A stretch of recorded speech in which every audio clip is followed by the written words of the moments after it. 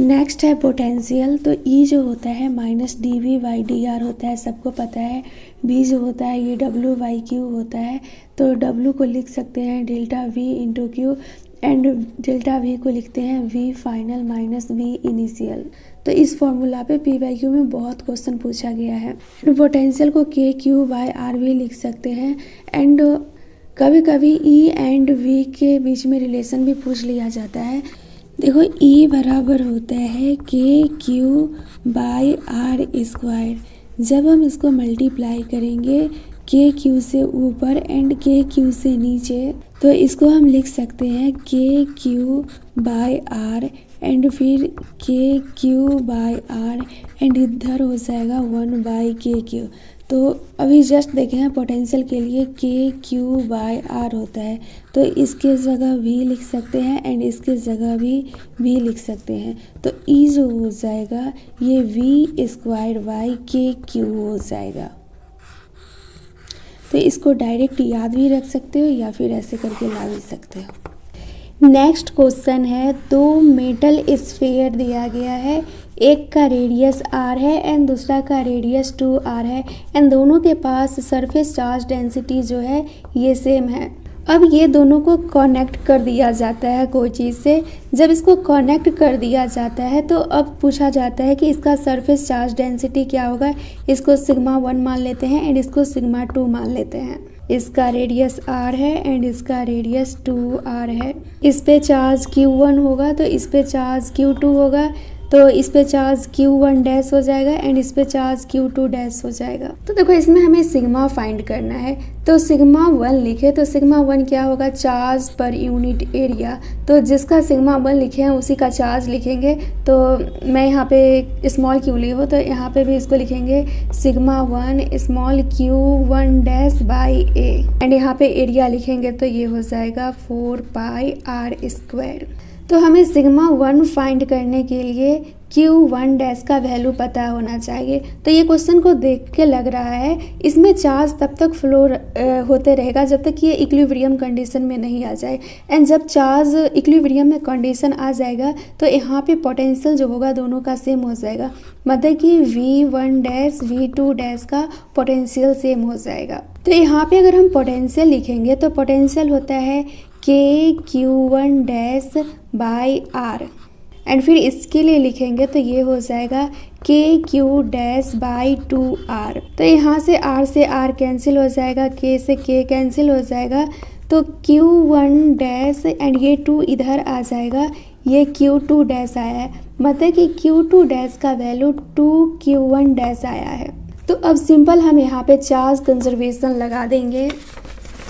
Charge conservation कैसे लगाएंगे, q1 plus q2 को बराबर कर देंगे q1 dash plus q2 dash से।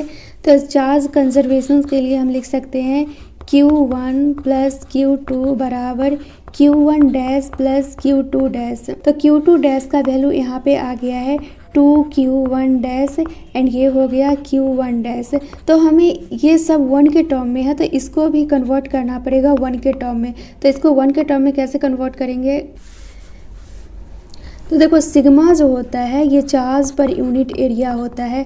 तो यहाँ पे हम चार्ज लिखेंगे तो ये हो जाएगा सिग्मा इंटू ए, मतलब कि q1 लिखेंगे तो sigma into 4 pi R square हो जाएगा एंड q2 लिखेंगे तो ये हो जाएगा सिग्मा इंटू 4 पाई एंड यहाँ पे r के जगह 2r है तो यहाँ पे 2r का स्क्वायर हो जाएगा। तो q2 को अच्छा से लिखेंगे तो ये हो गया सिग्मा इंटू 4 पाई, 2 के जगह पे 4 लिख सकते हैं एंड ये r स्क्वायर हो गया। तो यहाँ पे हमें q2 को q1 के टर्म में लिखना है। तो यहाँ पे देखो सिग्मा 4 पाई आर स्क्वायर जो है इसको हम q1 लिख सकते हैं, तो q2 को हम लिख सकते हैं q1 एंड ये एक 4 है तो q2 के जगह पे हम 4q1 लिख सकते हैं। तो सिंपल q2 के जगह पे हम 4q1 लिख देंगे एंड ये हो गया q1। तो यहाँ से q1 को कॉमन लेंगे तो ये हो जाएगा 1 प्लस 4 एंड यहाँ से q1 डैश को कॉमन लेंगे तो ये q1 डैश 1 प्लस 2 हो जाएगा। तो ऑप्शन में जो दिया गया है सिग्मा 1 डैश का वैल्यू वो दिया गया है सिग्मा के टर्म में। तो यहाँ पे देखो अगर हम इसको लिख भी लेते हैं Q1 जो हो जाएगा ये 5Q1 हो जाएगा एंड Q1 डैश जो हो जाएगा ये 3Q1 डैश हो जाएगा। तो यहाँ से Q1 डैश अगर हम लिखते हैं तो हो जाएगा 5Q1/3। तो देखो ये ऑप्शन देख के समझ में आ जाएगा कि यहाँ पे सिग्मा के टर्म में दिया गया, तो Q को चेंज कर लेंगे सिग्मा के टर्म में। तो यहाँ पे देखो सिग्मा 1 Q1 डैश बाई ए लिखे थे, तो Q1 डैश कितना निकला है 5Q1/3। तो यहाँ पे हम पुट कर देंगे 5Q1/3 एंड नीचे में एरिया है, बट अभी जस्ट देखे हैं आंसर दिया गया है सरफेस चार्ज डेंसिटी में। तो इसको अच्छा से नीचे लिख लेते हैं। सरफेस चार्ज डेंसिटी 1 जो है ये आया है 5Q1/3a। तो a को तो हम लिख देंगे 4πr², क्योंकि फर्स्ट के लिए लिख रहे हैं तो फर्स्ट स्फीयर का रेडियस r दिया गया है। एंड Q1 को हम सिग्मा बराबर चार्ज पर यूनिट एरिया लिखते हैं। तो हम Q1 को लिख सकते हैं सिग्मा इंटू a। तो इनिशियली जो था दोनों में सरफेस चार्ज डेंसिटी जो था सेम था, तो Q1 के जगह सिग्मा इंटू ए लिखेंगे। तो यहाँ पे लिखेंगे 5 into sigma into sphere first है तो उसका रेडियस r है, तो यहाँ पे लिखेंगे 4πr² एंड नीचे में लिखेंगे 3 इंटू 4πr²। तो ये 4πr² से कट जाएगा, तो हमारा आंसर जो आ जाएगा वो 5/3 इंटू सिग्मा आ जाएगा, जिसको कि सरफेस चार्ज डेंसिटी बोलते हैं। तो ये वैल्यू आ गया सिग्मा 1 का।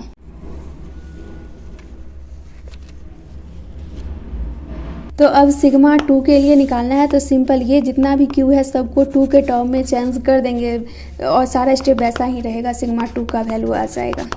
तो देखो 12 का जो आंसर है, 12 का आंसर D दिया गया है, तो यहाँ पे D सिग्मा 1 5/3 सिग्मा है। नेक्स्ट क्वेश्चन है 3 कॉन्सेंट्रिक स्फेरिकल सेल दिया गया है एंड इसमें बोला गया है कि मतलब कि पहले इसको बना लेते हैं अच्छा से।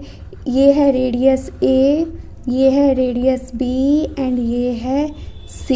इसके लिए सरफेस चार्ज डेंसिटी सिग्मा दिया गया है, इसके लिए माइनस सिग्मा दिया गया है एंड इसके लिए सिग्मा दिया गया है। तो इसके लिए पोटेंशियल BA होगा, इसके लिए पोटेंशियल VB होगा एंड इसके लिए पोटेंशियल VC होगा।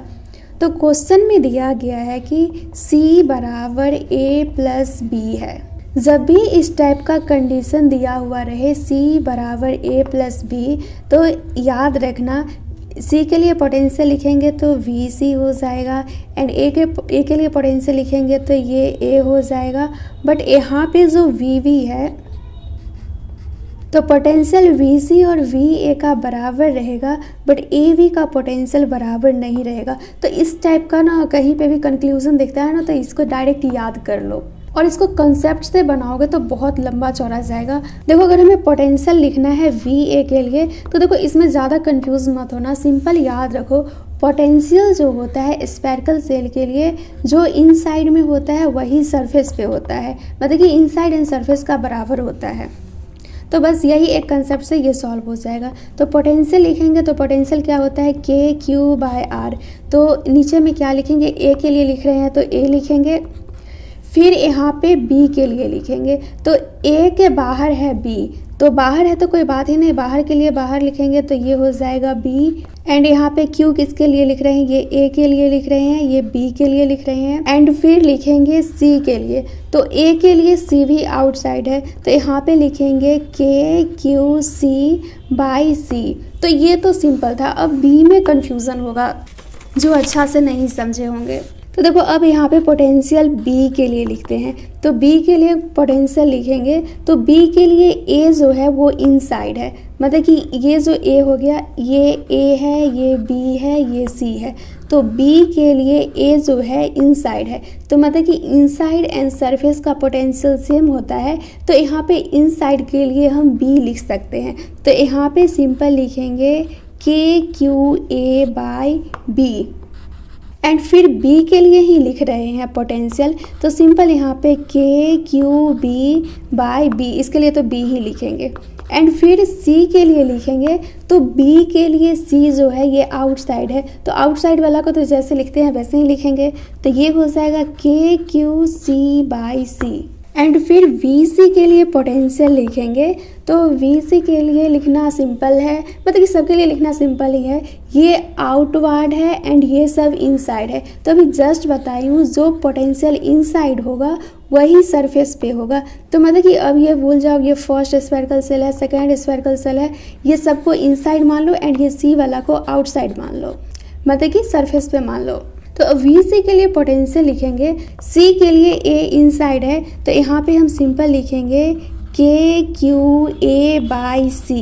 एंड फिर बी के लिए लिखेंगे तो सी के लिए बी भी इनसाइड है, तो यहाँ पे लिखेंगे K Q B by C. And फिर सी के लिए लिखेंगे, तो सी के लिए तो लिख ही रहे हैं, तो यहाँ पे सिंपल लिखेंगे के क्यू सी बाई सी। तो ये लिखने में अब कोई कंफ्यूजन नहीं होगा, बस इतना याद रखो कि पोटेंशियल जो इनसाइड होता है वही सरफेस पे होता है स्फेरिकल सेल में। अब ये सबको सॉल्व करना है, यहाँ पे c बराबर a प्लस बी है, अब इसके बाद जो भी है बस मैथ है, मैथ्स लगाओ एंड ये वाला कंक्लूजन आ जाएगा।